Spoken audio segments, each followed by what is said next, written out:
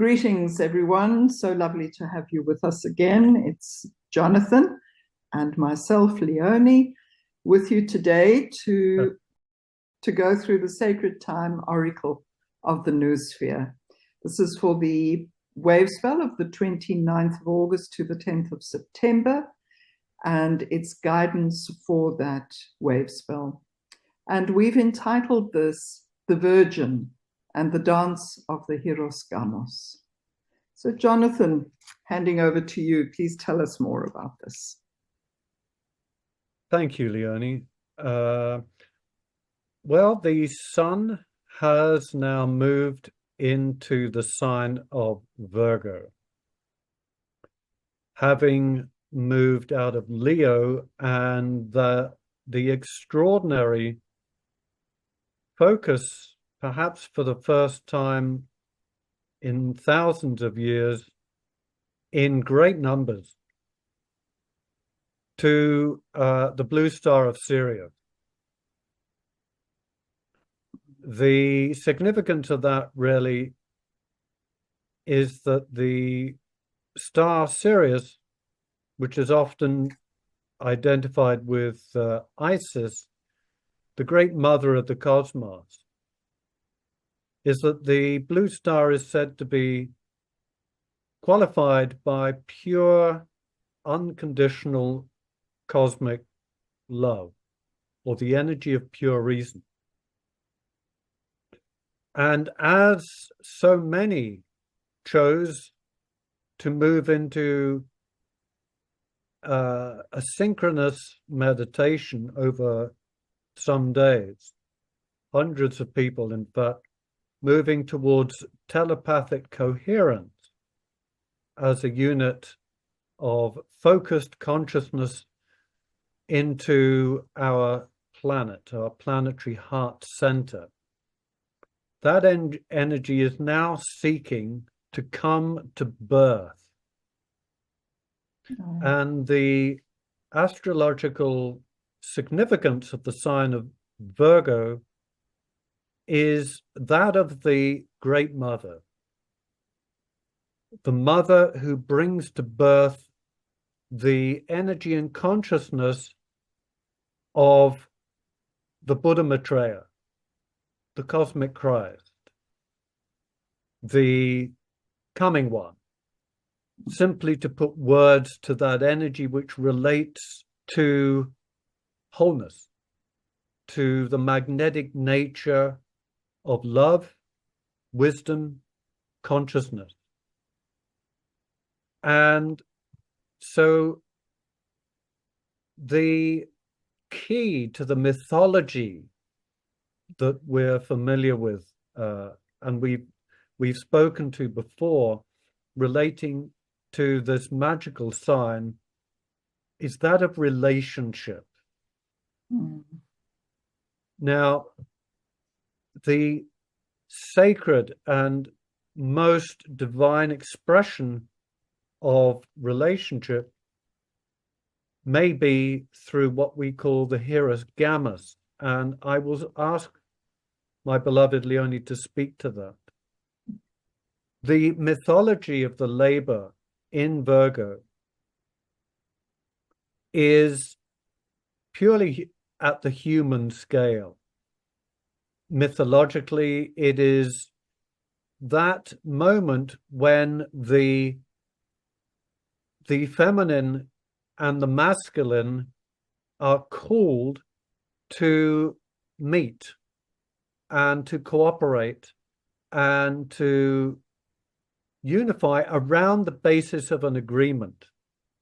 It's that unique sign that characterizes and depicts the challenge of right relationship between humans, between groups, between nations. We work out our karma and our dharma in that center, in that field of relationship. Leone, please speak to a little bit about what is the Hieros Gamos in essence. Right. So, as I always tend to do with these things, Jonathan, I speak from my own personal experience. And this is a word that is maybe not as familiar to our listeners and our viewers as terms such as soulmate or twin flame or twin ray. Divine counterpart and Hieros Gamos are the terms that you and I now prefer to use. And I'd just like to give a little bit of background to that. When I first came across the term twin flames, it was a number of years ago, and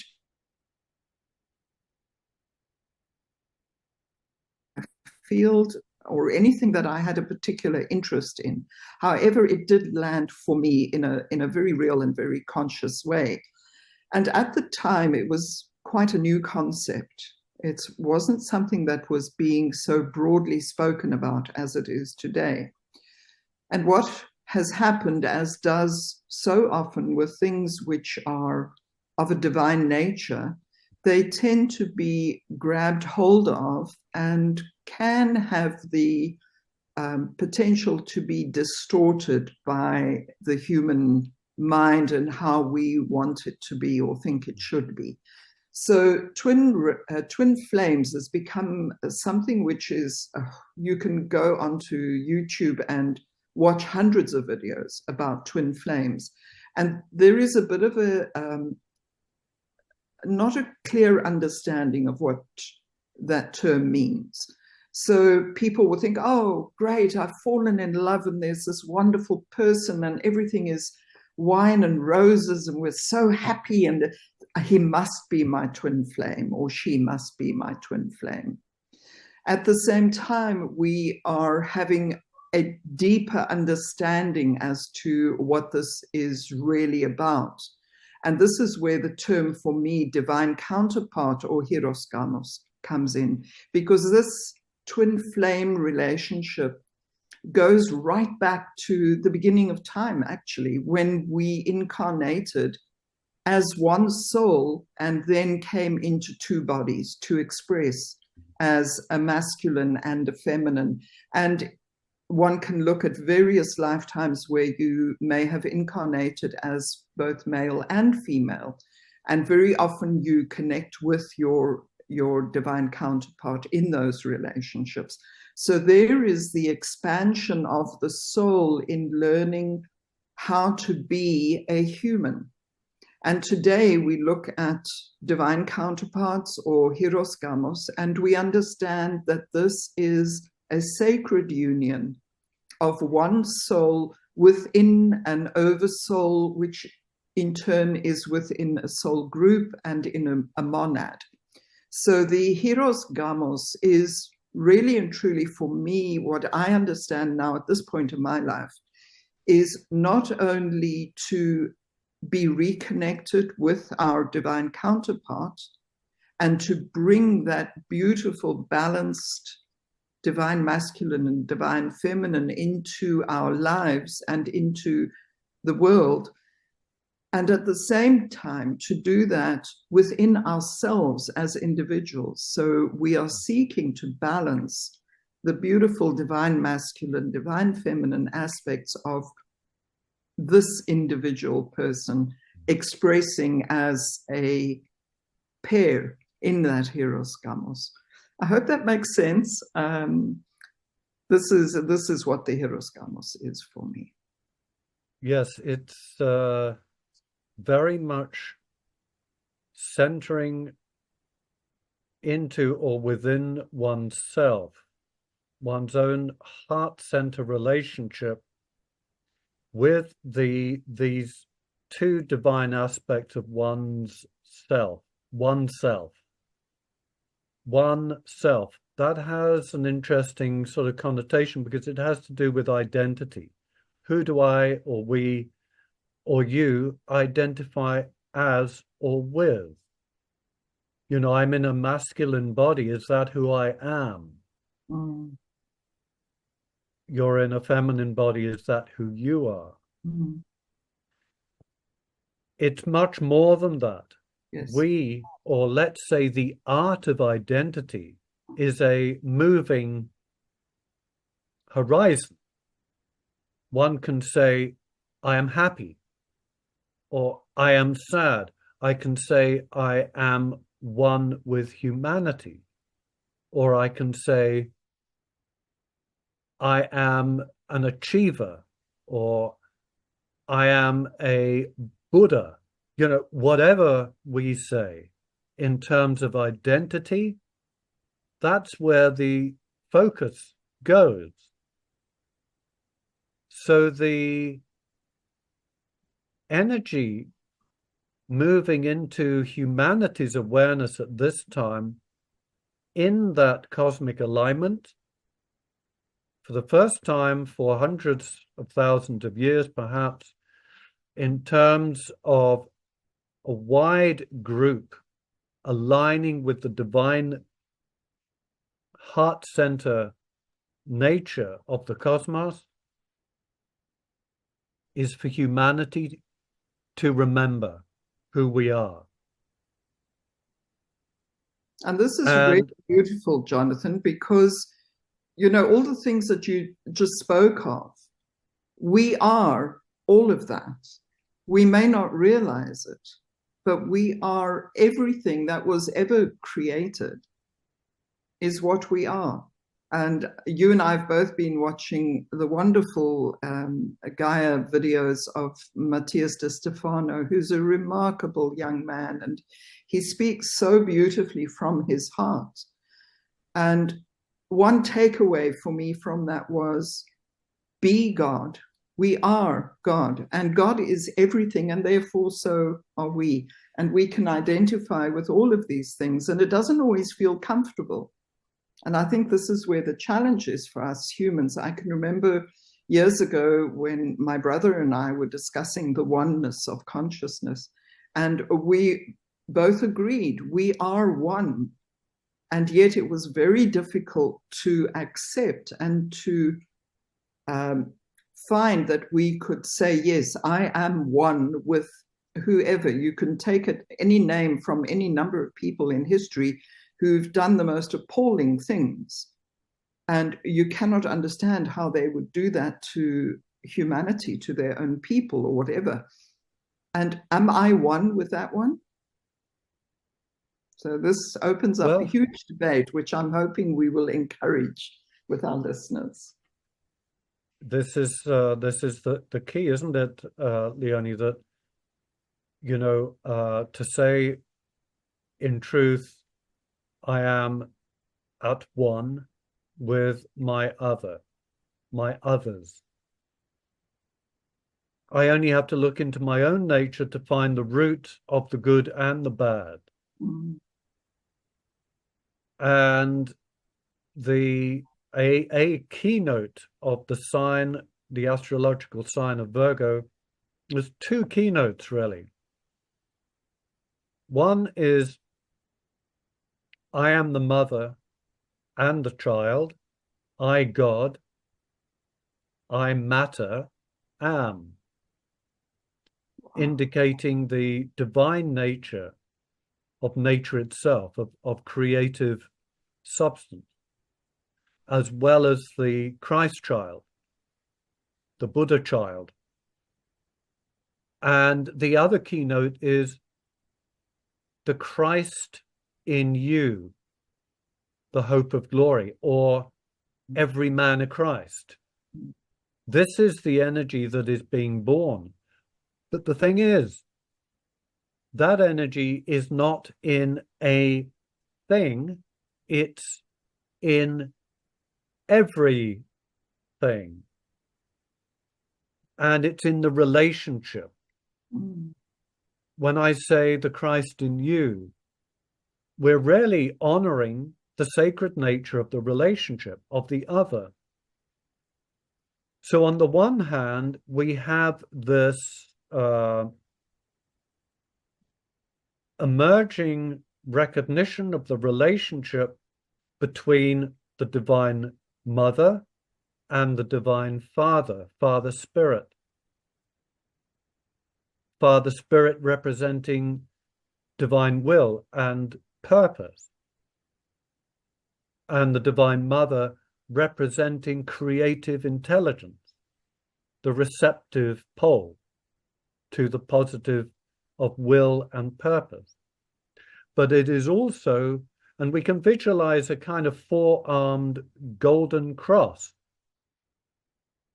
in the relationships, which is a horizontal, the arm of the horizontal arm of that cross. So what Virgo, the constellation, depicts so beautifully is both the precipitation of that vertical relationship from 3D frequency to, fourth, fifth dimension and above, to pure spirit, but the working out of right relationship at every level. So the task that we're challenged is to become aware of the other, however they show up, and to offer up to the sacred, to the divine, and say, let that depict and characterize this relationship that I am having with him, her, or those others. Now, this is why a visualization can be of the golden four arms of the cross, the vertical and the horizontal, radiating from the heart, and to be in the heart center of relationships, thereby not being in any one thing, including one's own, physical form. I am not that. Yeah. I am that which is in the relationship, the sacred nature of relationship. And I believe, Leone, that with the precipitation of this sacred energy coming into the planet at this time, that every human is being touched. But because we've been so familiar with, locked into, nationalism or party politics or color or religions, right? Those are old identities. Yeah. And each one of us is being touched and saying, aha, okay, actually I feel magnetically drawn to the other, but it makes me feel uncomfortable because I'm supposed to be a Christian or a Jew or a Muslim, or I'm supposed to be a Labour or a Republican. You know what I mean? It's like, well, I'm sensing there's something, and the Virgo energy is in the womb, right? It's emerging, but it's not fully born. It's in the cave, in the sacred inner temple yet. It hasn't moved out into the light of day. This is the astrological sign of that preparation. Of the birthing. Very interesting. And you spoke of the energies. So something that came into my field yesterday was this really, really profound energetic that we are feeling from the cosmos. Could I go into that at the moment and speak to that a little bit, John? Of course, yes. And then we will move to interpret the oracle, the sacred oracle, for these current 13 days. That's coming up next. Great, wonderful. So there's been this, some people would call it a planetary alignment, but it's actually more interestingly referred to as a planetary parade, where you have the planets, 6 planets at the moment, who are lined up and are visible. 4 of them are visible to the naked eye. 2, Uranus and Neptune, would need to be seen through some kind of telescopic device. However, the others are visible to the naked eye, and they have this alignment. Now, it feels as though it's something so incredible. And yet this is the third of such alignment of the planets, or parade of the planets, that has happened this year. And we don't have to wait very long for the next one. Apparently the next one is in January 2025, if I remember correctly. But you have this alignment of the major planets, 6 of them. And I think energetically, there's no doubt that we are influenced here on Earth by these great, magnificent cosmic bodies.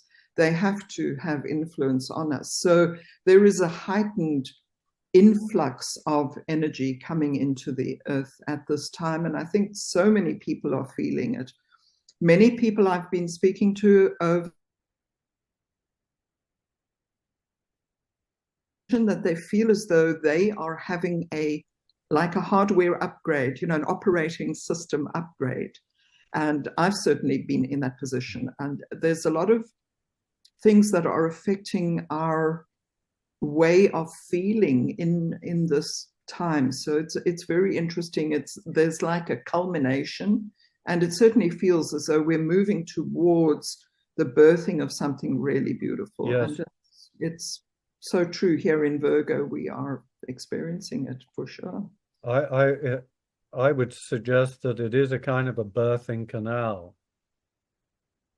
And, what is required of us in order to engage peacefully with the other, the right relationship.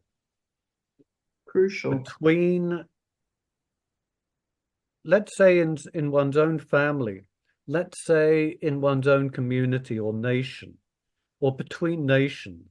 The tensions are extreme, and the imperative to move past the opposites is to be responded to with reason, not with reaction. Yeah. So the complementary energy that is coming into the planetary life has to do with what we call the saving force. So the complementary opposite astrologically to Virgo is the sign of Pisces. Pisces has to do with the Divine Father, and the keynote is I leave my Father's house, and turning back, I save.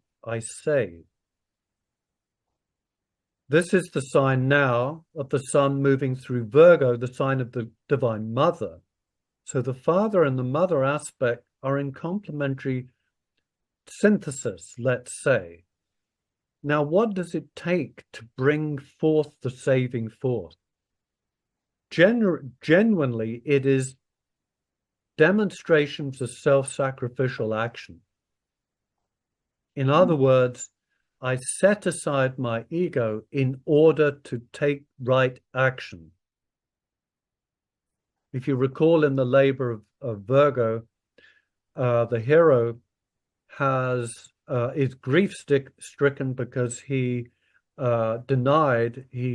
killed his beloved, his opposite, because they didn't understand why they were supposed to unite. Was the labor of the Amazon Queen and Hercules from the ancient mythology. And in his grief, he was kind of given an opportunity to save a damsel or a maiden, a young woman, who was being swallowed by a sea beast or a whale, a bit like Jonah and the whale. Yeah. And he responded. He dived full on into that situation and saved his counterparts. This is so beautiful. At the risk of his own life. Absolutely. And so a life was lost, but a life was saved. And there you have the key is offered for our reflection, because the saving force represents the opening of the heart of humanity. is the saving action and demonstration of the unconditional love nature that is within each one of us.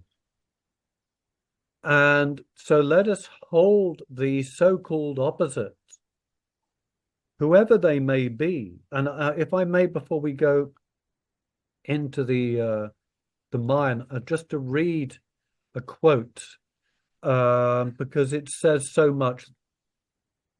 This has to do with the science of relationship. Realize that a state of love exists in harmony.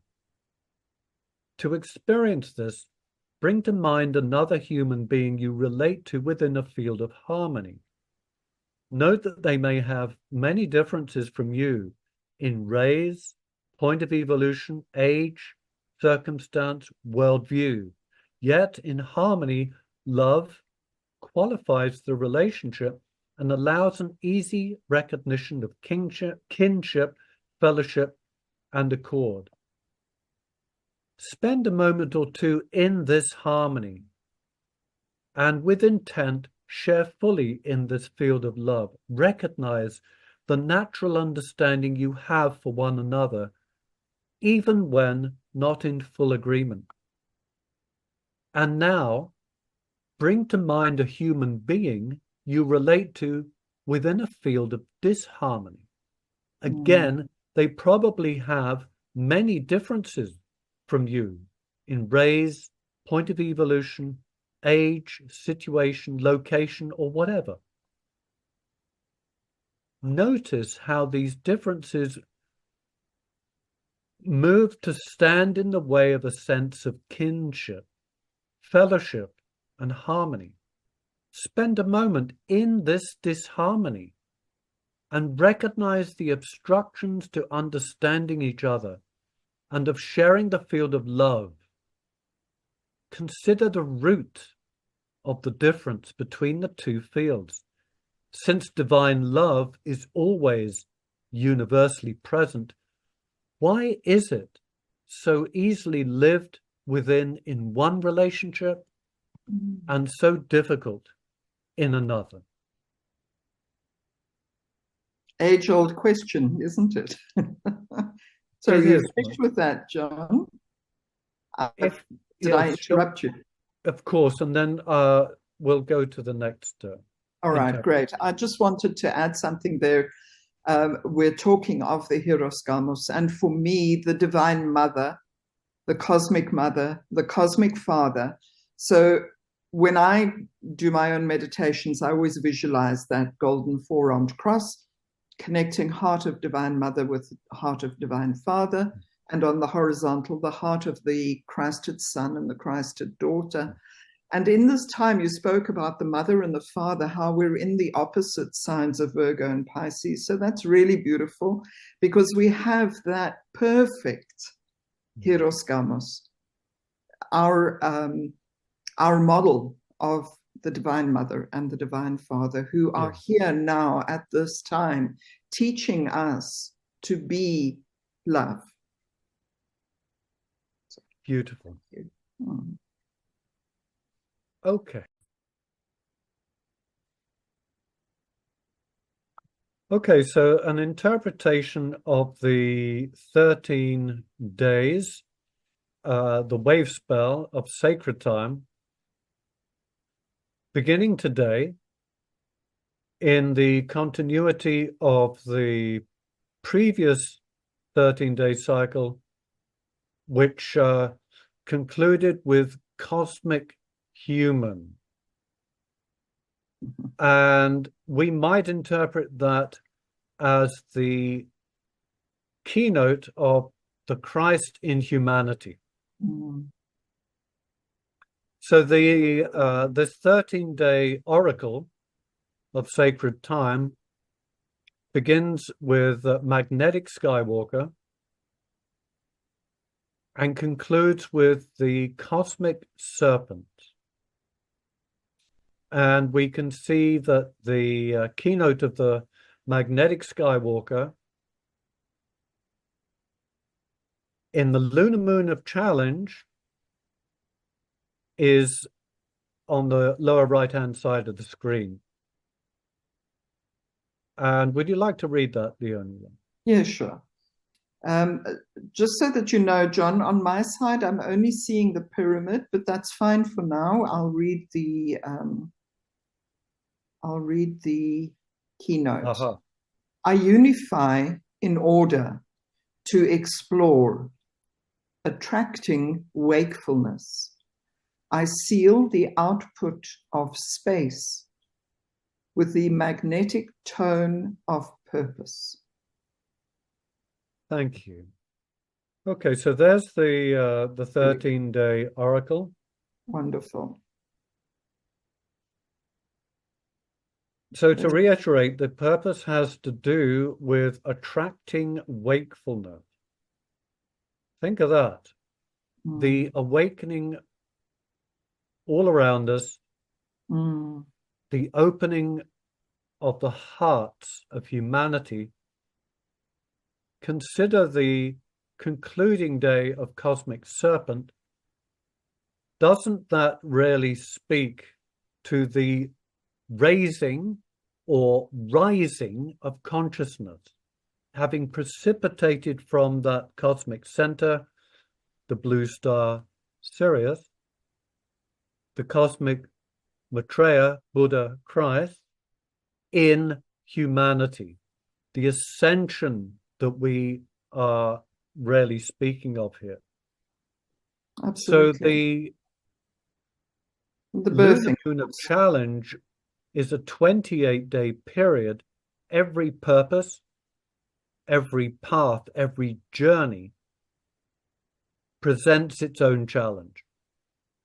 So there are, in fact, an entire lunar month here, 28-day cycle, where the purpose presented in Leo is now challenged before us to accept the nature of the initiation that is taking place.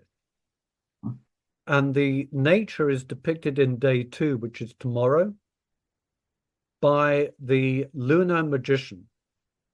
That is really if you will, it's the one who accepts the nature of the opposites, the complementary opposites, and resolves them through the power of death.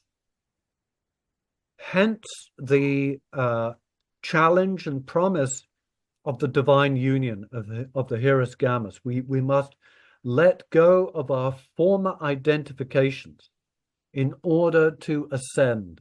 This is a key to, the art of dying.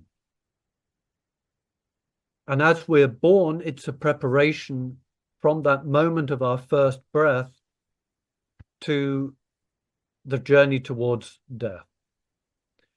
And the completion, because I think we're also in a phase where the entire planet and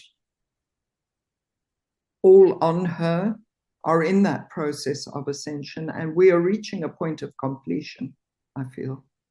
Yes, these are the days and the years of transition, reaching this critical threshold, this turning moment.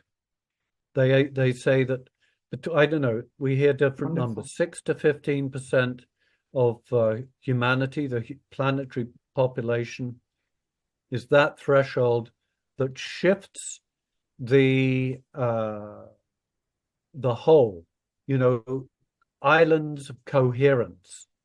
The imaginal cells are that lunar magician who activates the vision that moves into awareness in 2 days' time on the 31st of August. That is Electric Eagle, guided by Blue Storm. It's going to be another whoopee day. Yeah, it's a day to tune in and to thoroughly commit to the vision of purpose of self and collective regeneration. That is the keynote of the Eagle on the 31st. Then we have the self-existing warrior, guided by the human nature of free will and wisdom. We influence each other at best with wisdom. We give such counsel to our friends and our loved ones that way. The fifth day, the 2nd of September, is a day of synchronization. The keynote there is I empower in order to evolve, commanding synchronicity. I seal the matrix of navigation with the overtone of radiance, guided by the power of the serpent. That is the life force, the vital life force, awakening and raising the energy of consciousness, the Christing of humanity, if you will. So the one other day which I'd like to focus upon is the planetary wind. That's the fourth from last day. 7th of September. The 7th of September, yes. And the keynote is, I perfect in order to communicate, producing breath. I seal the input of spirit with the planetary tone of manifestation, guided by the power of love. Beautiful. That is the day, symbolically, actually, when we make sacred the nature of our relationships. And we can bring to birth the activation of the Hieros Gamos, of the divine feminine, the divine masculine, within humanity, within each and every one, Christed by the star of our highest reason, pure reason and purpose, of being the awakening of the Noosphere, the consciousness appearing in the heart of every man and woman and child. Wow. So thank you, Leone. Yeah. Thank you, John. Thank you, everyone. Thanks to all our viewers. And do share this podcast or takeaways with your friends or your community, your group. And we look forward to joining you in a few more days' time. Wonderful. Thank you so much. Lots of love, everyone.